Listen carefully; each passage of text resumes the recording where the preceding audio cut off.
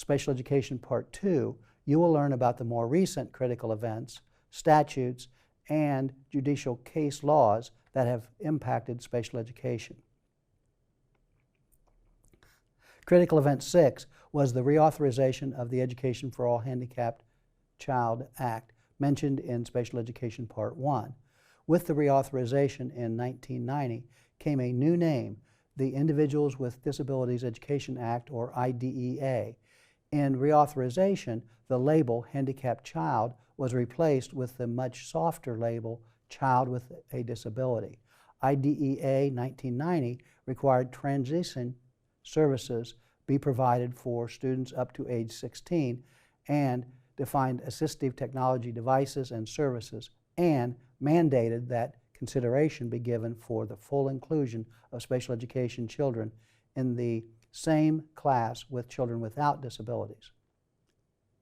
To be placed in a special education class, a child's school performance must be adversely affected by one of the recognized disabilities acknowledged by current IDEA legislation. The U.S. Department of Education IDEA Part B child count in 2016 reports that almost 7 million children were served nationally in special education programs. IDEA's disability terms and definitions guide state definitions. You should have a basic understanding of the characteristics for each category. This slide shows most of the recognized IDEA disabilities with the percentage of students served in the United States in each. Note that specific learning disabilities, or SLD, is the largest disability, served with 35% of the total. Other recognized disabilities include speech or language impairment, other health impairment covering attention deficit disorder, and acute health problems like asthma.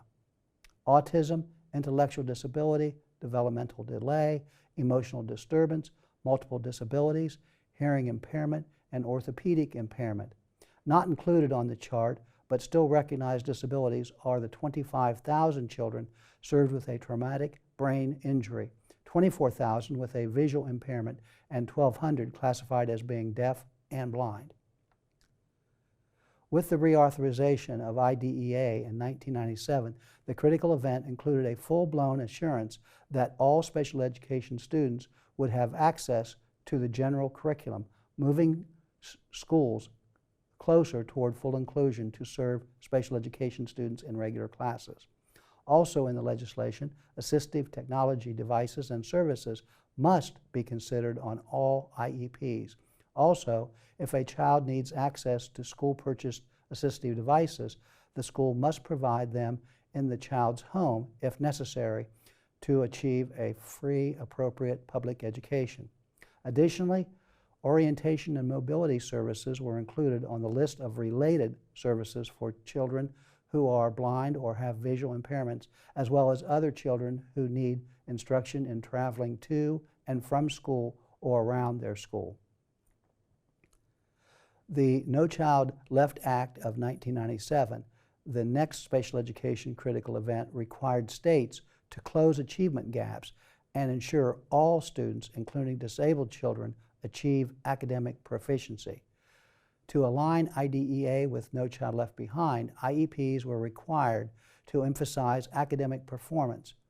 Alternative assessment scores were to be counted when determining performance of a school district, and special education teachers had to be highly qualified. The next critical event, the Columbine disaster in 1990, impacted special education. 2 teens went on a shooting spree at Columbine High School in Littleton, Colorado, killed 13 people, and wounded more than 20 others before committing suicide. The crime was the worst high school shooting in U.S. history and prompted a national debate on gun control and school safety. This violence prompted changes to the next IDEA reauthorization in 2004.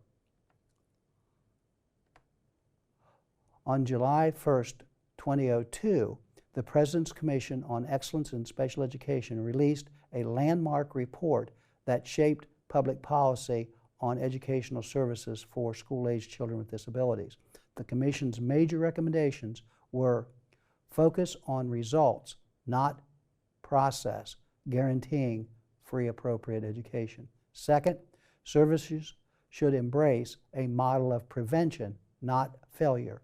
With that in mind, special education services advanced early identification and swift intervention of students using scientifically based instruction and teaching methods.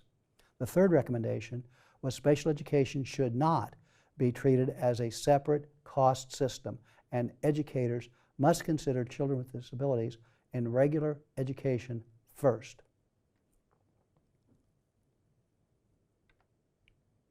As a reaction to Columbine and the Commission report, the IDEA reauthorization in 2004 held massive changes and strengthened school personnel's authority.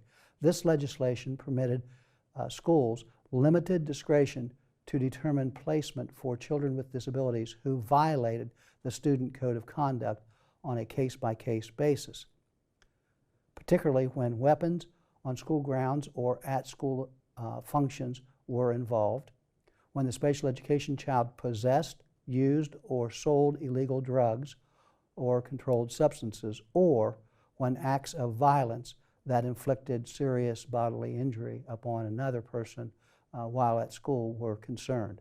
After this legislation passed, school personnel could remove a special education student to an interim alternative educational setting for not more than 45 school days without regard to whether the misbehavior was deemed to be a manifestation of the child's disability.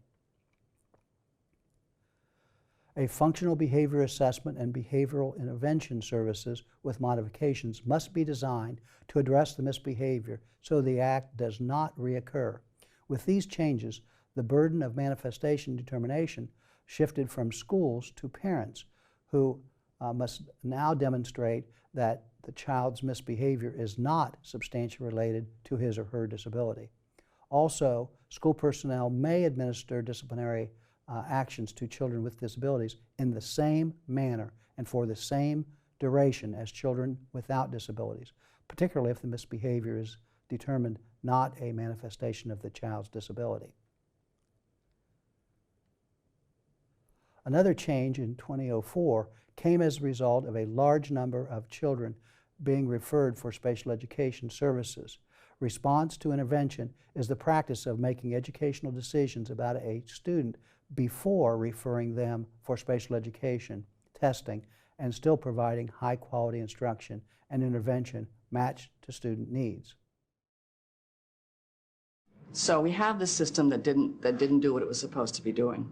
And how did we get to RTI from this? Well, we got to RTI from this because when the law was reauthorized in 2004, Congress was besieged with people who were researchers, parents of children with disabilities, all kind of advocacy groups, which came to Congress and said, you cannot continue to identify children based on the current model that you're using. The current model that you're using is a wait to fail model, the discrepancy model, which you probably know about. But in a nutshell, what it says is that you evaluate children and you find their ability level and you find their achievement level, and there has to be a severe discrepancy between the two. A severe discrepancy defined as 1.5 standard deviations or 22 points. In English, if you have a solidly average IQ of 100, you have to be achieving at a 78 standard score or below. It takes a long time to get that far behind. And when you're looking at kids in kindergarten and first grade, and even some in second grade, you don't have enough knowledge to really test to get that much of a discrepancy. So that knowledge, so the discrepancy model had people up in arms. And Congress responded by saying, all right, what we're going to do is we're going to say to the states, you do not have to order the districts to use the discrepancy model. You can allow them to use a model that says, we're going to do early intervention. We'll do early intervention with these kids, and then if they don't respond to that, then we can consider that all that data that you collect will then be considered when you identify a child with a disability. And Congress had actually another focus in mind. What Congress wanted to do was to have people lower the number of referrals to special education. Because now what you have is identification rate of about 14%. So 1 in every 7 kids is identified as having a disability. And Congress is interested in cutting that down and seeing whether or not pre-referral does indeed work. And, you know, the research suggests that pre-referral absolutely does work, that you can, there isn't going to be anybody that's going to go through a pre-referral process that has a disability that in any way is going to be washed out. Anybody who has a disability is going to make it through any pre-referral process and get to the place where they're going to have identification. IDEA was last reauthorized in 2004 and was due for reauthorization in 2010. However, updates have been minimal from Congress because of they are in slow motion due to the Republican and Democratic gridlock. For instance, in 2016, the Senate and House passed differing bills to reauthorize the law, and the proposed legislation went before a joint House-Senate conference committee. However, the conference committee was unable to resolve differences at that time, so IDEA reauthorization stalled and will begin next year, according to some sources. The U.S. Supreme Court, Andrew versus Douglas County School District in 2017, has been heralded as the most significant special education issue to reach the High Court in 3 decades. The child, Andrew, began to exhibit severe behavioral issues in the 5th grade. The parents removed him from the resident school and enrolled him in a specialized school for children with disabilities, the Firefly Autism School in Denver, with an annual tuition of $70,000. The family requested reimbursement for the Firefly tuition, claiming the school district had not fulfilled requirements of IDEA. Based on the standard in Board of Education versus Rowley, which you heard about in the first video, the level of education benefit school districts must provide students with disability was minimal. However, in an 8-0 ruling, the Supreme Court favored a higher standard to provide a meaningful education that allows significant progress. The case now goes back to the 10th Circuit Court of Appeals to decide how it should be treated under the new standard. Stay tuned for further developments regarding how much the Andrew family will be reimbursed. This concludes the second segment of the critical events that have shaped special education